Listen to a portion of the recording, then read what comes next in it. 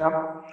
എനിക്കായി കരുതമെന്നുരച്ചവനേ, എനിക്കൊട്ടും ഭയമില്ല നനച്ചിടുമ്പോൾ.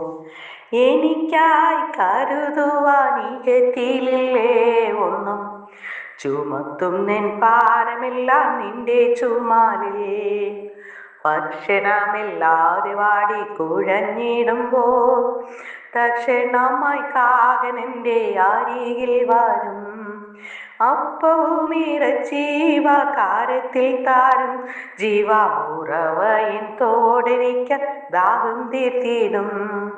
ക്ഷാമമേറ്റു സാറാപത്തിൽ വസിച്ചിടിലും, മരിക്കുവാൻ ഒരുക്കമായിരുന്നിടിലും, കാലത്തിലെ മാവുലേശം കുറയുന്നില്ല, എൻ്റെ കാലശത്തിൽ എന്നകഞ്ഞൊഴുകിടുമേ. കാക്കകളെ നോക്കിടുവിൻ, വിതയ്ക്കുന്നില്ല, കൊയ്തുകളപ്പുരയതിൽ നിറയ്ക്കുന്നില്ല. വയലിലെ താമരകൾ വളരുന്നല്ലോ, എന്നും വാനിലെ പറവകൾ പുലരുന്നല്ലോ. ശത്രുഭീതി കേട്ടുതെല്ലാം നാടുങ്ങിടിലും, ചുരച്ചെടി താണാലതിലുറങ്ങിടിലും, വന്നുണർത്തി തരും ദൂതർ കാണാലാടകൾ തന്നു തൃപ്തരാക്കി നാടെത്തിടും ദീനം ദീനമാ. സ്തോത്രം. വിശുദ്ധ വേദഭാഗം 77 സങ്കീർത്തനം 11 മുതൽ 20 വരെയുള്ള തിരുവചനങ്ങൾ.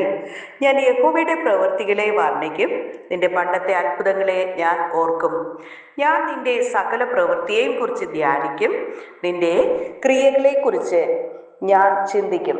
ദൈവമേ, നിന്റെ വഴി വിശുദ്ധമാകുന്നു. നമ്മുടെ ദൈവത്തെ പോലെ വലിയ ദൈവം ആരുള്ളൂ? നീ അത്ഭുതം പ്രവർത്തിക്കുന്ന ദൈവമാകുന്നു. നിന്റെ ബലത്തെ നീ ജാതികളുടെ ഇടയിൽ വെളിപ്പെടുത്തിയിരിക്കുന്നു. തൃക്കൈ കൊണ്ട് നീ നിന്റെ ജനത്തെ വീണ്ടെടുത്തിരിക്കുന്നു, യാക്കോബിന്റെയും യോസേഫിന്റെയും മക്കളെ തന്നെ. ദൈവമേ, വെള്ളങ്ങൾ നിന്നെ കണ്ടു ഭ്രമിച്ചു, ആഴികളും വിറച്ചുപോയി. മേഘങ്ങൾ വെള്ളം ചൊരിഞ്ഞു, ആകാശനാദം മുഴക്കി, നിന്റെ അസ്ത്രങ്ങൾ പരക്കെ പറന്നു.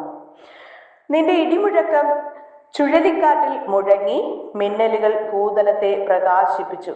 ഭൂമിക്കാൽ കുലുങ്ങിപ്പോയി, നടുങ്ങിപ്പോയി. നിന്റെ വഴി സമുദ്രത്തിലും നിന്റെ പാതകൾ പെരുവെള്ളത്തിലും ആയിരുന്നു. നിന്റെ കാൽ ചുവടുകളെ അറിയാതെയും ഇരുന്നു. മോശയുടെയും അഹരോന്റെയും കയ്യാൽ നീ നിന്റെ ജനത്തെ ഒരു ആട്ടിൻ കൂട്ടത്തെ പോലെ നടത്തി. ഹല്ലേലൂയ. ഈ തിരുവചനങ്ങളാൽ ദൈവം നമ്മേവരെയും സമൃദ്ധിയായി അനുഗ്രഹിക്കുമാറാകട്ടെ. ആമേൻ.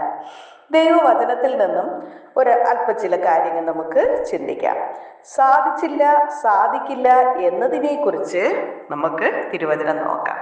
സങ്കീർത്തനം 44:17, ഇതൊക്കെയും ഞങ്ങൾക്ക് ഭവിച്ചു, ഞങ്ങളോ നിന്നെ മറന്നിട്ടില്ല. ഹല്ലേലൂയ. ജീവിതത്തിൽ ഓരോ പ്രാവശ്യവും സംഭവിക്കുന്ന പ്രശ്നങ്ങൾ ചിലപ്പോൾ നമ്മെ തളർത്തിക്കളയാറുണ്ട്. നിന്ന, പരിഹാസം, ഒറ്റപ്പെടുത്തൽ, കുറ്റപ്പെടുത്തൽ, ഇങ്ങനെ പലതും.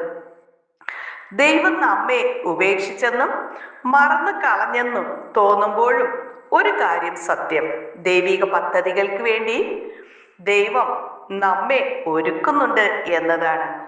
ഇയ്യോബിന്റെ ജീവിതത്തിൽ എന്തെല്ലാം കഷ്ടനഷ്ടങ്ങൾ സംഭവിച്ചു. ഭാര്യ പറഞ്ഞു ദൈവത്തെ ഉപേക്ഷിക്കാൻ. പക്ഷേ ദൈവത്തെ മറക്കാൻ ഇയ്യോബിന് സാധിച്ചില്ല, ഒരിക്കലും സാധിക്കില്ല.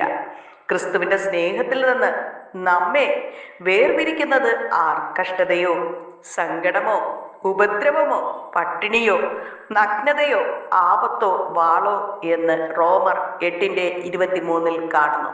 പ്രിയരെ, ജീവിതത്തിൽ വരുന്ന കഷ്ടതയുടെ സമയത്ത് ദൈവത്തെ നാം മുറുകെ പിടിച്ചാൽ പിന്നീട് നാം ദൈവമഹത്വം നമ്മിൽ വെളിപ്പെടുവാൻ അത് കാണുവാനും നമുക്ക് കഴിയും. അതിനായി ഞങ്ങളെ സഹായിക്കണമേ എന്ന് നമുക്ക് ഒരുമിച്ച് യേശുവിനോട് പ്രാർത്ഥിക്കാം.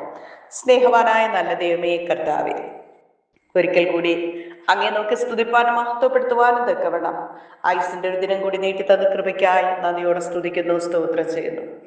പലവിധ കഷ്ടതകൾ, പ്രയാസങ്ങൾ, പ്രതികൂലങ്ങളിലൂടെ രാത്രികാലവും ഞങ്ങളെ വിട്ട് കടന്നുപോയി അനേക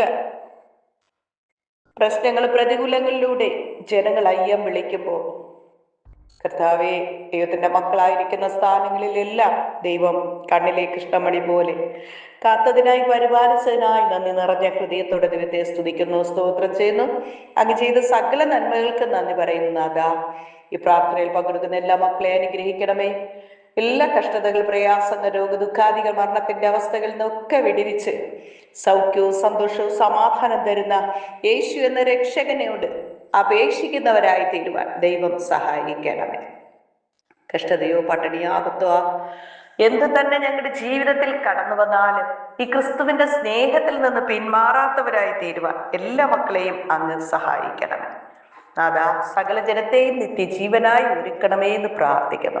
ഒരു മനുഷ്യൻ സർവ്വലോകവും നേടിയാലും അവന്റെ ആത്മാവിനെ നഷ്ടമാക്കിയാൽ എന്ത് പ്രയോജനമെന്ന് ദൈവത്തിന്റെ വചനം ചോദിക്കുമ്പോൾ, ദൈവദാനമായി നൽകിയ ആത്മാവിനെ നഷ്ടമാക്കാതെ സകലരും നിത്യജീവനായി ഒരുങ്ങുവാൻ അങ്ങ് സഹായിക്കണമേ.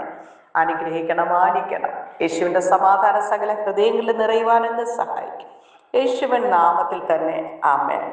God bless you. യേശുവിന്റെ സമാധാനം സകല ഹൃദയങ്ങളിലും നിറയുമാറാകട്ടെ. ആമേൻ.